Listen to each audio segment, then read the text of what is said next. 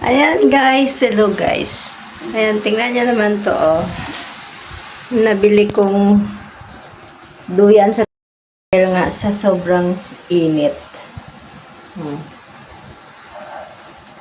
Dito ako sa labahan ko nagpwesto. Ayan. Ayan siya. Ang nakalagay doon, option. Small and big. So, pinili ko yung big. Pero ito, ayan. Ayan, big yung pinili ko. Siguro medium lang ito. Oh, ayan. Kabila. Ano naman siya? Kaya ka naman niya saluin. Ayan.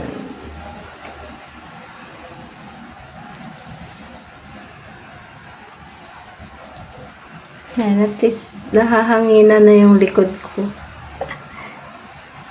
Makakatulog na ako dito.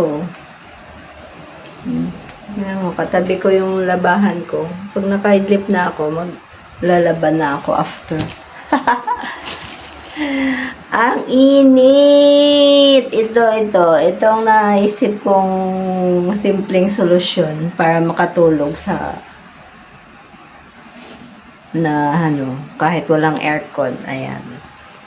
At least yung likod ko, ayan na, may mahangin-hangin din sa taas.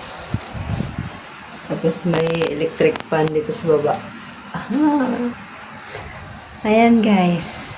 Para-paraan na lang para maibsan ang init na 45 degrees. Thank you for watching. Bili na kayo ng duyan.